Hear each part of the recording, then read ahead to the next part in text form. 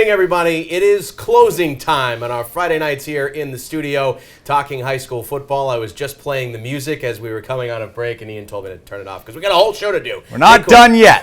Not done yet. Steele. Last pick six of the season before Turkey Day, of course, though. That means the games we got for you tonight, they are important. Semifinal night in Rhode Island, a spot in next weekend's Super Bowls at Cranston Stadium. On the line in every division, the matchups all great on a night like this, but we begin in Division 2, where it was a battle of two Northern Rhode Island programs in a postseason showdown for our primetime matchup.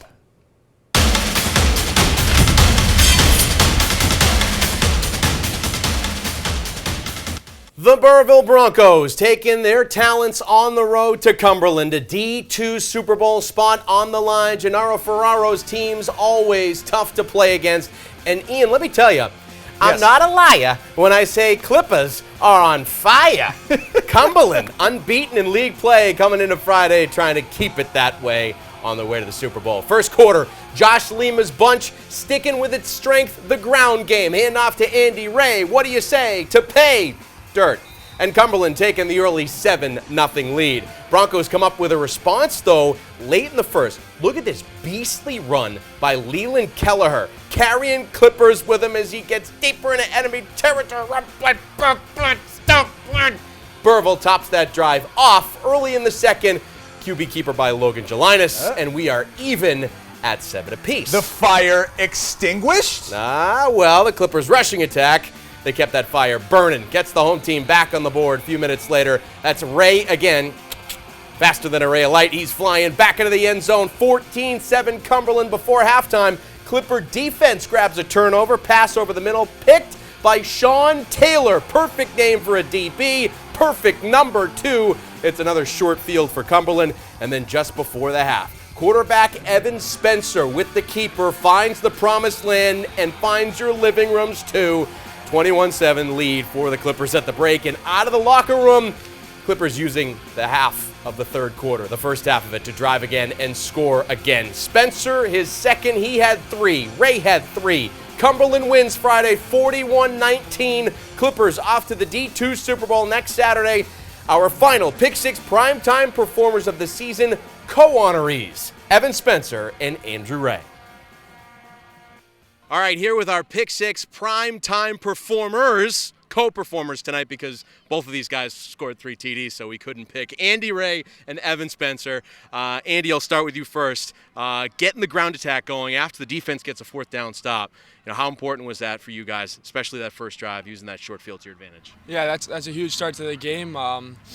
We complement each other real well out there, and the line was able to move them really well up front, which got it going early, and we rolled from there. Yeah, you really did roll from there. I mean, this ground attack, how much confidence do you have every week? Oh, a lot. We're not satisfied. Every week we go back in the film room and we look what we can get better at, and we improve, and we come out the next week and do our jobs. And Evan, for you, last time around you played Burrillville, you weren't able to play. So to be able to be out there tonight, how satisfying was it to contribute to a victory? I mean, honestly, I feel like my season's just getting started.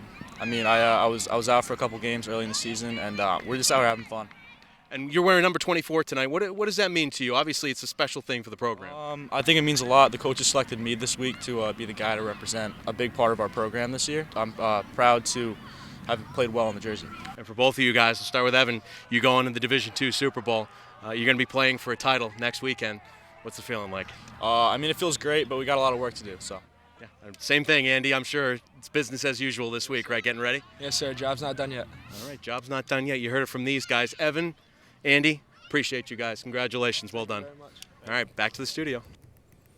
Well, congratulations to those guys. A dominant performance. I just want to point out, too, number 24, part of the program. David Benskin used to wear that for Cumberland when he was playing football there. Unfortunately, passed away from cancer after playing his senior season. So 24 was retired for a few years, and then it was brought back this year, and it goes to a player that during the week earns the right to wear number 24. It was Evan Spencer that earned that right this week. So pretty cool gesture there by the program. Very touching for sure. And for him to wear number 24 and represent number 24 on a huge stage, bringing Cumberland to their division championship. Against Yeah, we'll find out right here on these next highlights. Roll the video. The number 1 seed, Barrington, facing the defending D2 champs, St. Ray's, for a trip to Cranston Stadium. The Eagles not flying here, going ground and pound. A.J. Diorio up the sideline for the score. The home team extending its lead at that point. SRA getting on the scoreboard late. Damian Ocampo, great catch here from Daniel Wolf, but the night belongs to Barrington. A 29-8 semifinal win. So it's the Eagles against Cumberland in the Division II title game. The Division I semifinals were doozies, baby. That's for sure. Bishop Hendricken, the Hawks, facing Central head coaches Mike Washington and Keith Croft. Always a great chess match. Game tied at 14 with 8 seconds left. Hendricken going for the game-winning field goal. Oh, no! The kick no good. We head to overtime for the right to go to the state championship. College rules from the 10-yard line. Knights ball first. Quarterback Avani Rodriguez on the keeper. He scores, the touchdown stands, but there's a flag thrown away from the play. Unsportsmanlike conduct on Central. It backs the extra point attempt up 15 yards, no good. So Central up 6. Hendricken forces the overtime with 6 or win it with 7. Ronjay Francis gets 6. The Hawks tied at 20, no flags. Scott Belfort for the win on the extra point. Got it. And it's right down Broadway. Redemption for him after the end of regulation. Bishop Hendricken punches its ticket to the state finals. 21-20, overtime victory against Central. Oh, they had to earn it. What a game. Now, would it be Hendricken versus LaSalle again? The Rams, the defending state champs, facing North Kingstown in the semifinals. Thanks to Justin Pereira for these highlights. NK play action early. Braden Rogers deep to Cooper Berthelot in stride. The Skippers up 7-0 getting to Camelot. They take a 2-score lead. Officially an upset alert. The Rams respond with a score. Gray Ianetti throws to Antonio Berden right at the pick six. Camera for 6, a 1-score game. But it wasn't close for long. North Kingstown pulls away after that. 45-12, the victory for NK. They knock off the champs, going to their first state championship game since 1993. This was our first primetime matchup of the year. NK, a 1-score game. They vowed for revenge. Wow. And they got it tonight.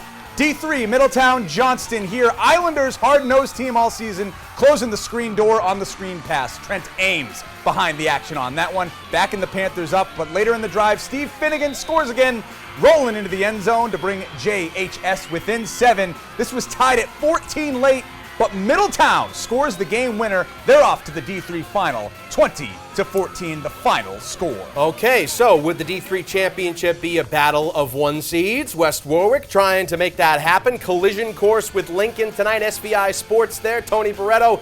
Here's last week's primetime performer, James Branch IV, powering his way through the goal line. Wizards go up 7-6. Later on, free blitzer forces the fumble, picked up by Isaac Brown. Big boy, Tony! Go, baby, go! Lincoln takes a 14-7 lead in the first half. West Warwick, though, would go ahead with 2 minutes to play in this game. Lions attempt a game-winning field goal, doesn't fall. West Warwick advances at a nail-biter, 21-20. It's the Wizards against Middletown for the D3 crown. Unbelievable semifinals tonight in Rhode Island. In Massachusetts, state quarterfinals. Here's what happened with our teams in the area. In Division II, Marshfield with a big number again. Las Vegas. Taking down Bishop Fian. In D3, Milford holds off North Attleboro 24-17. In a Division IV Elite 8 game, Hanover shuts out Bishop Stang 31-0. Fairhaven pulls off the upset in Division 6, winning at number 1 seed Norwell 28-14. And in D4, Duxbury defeats Somerset 31-0. That is Pick 6. We will have the rest of the day's sports coming up after the break.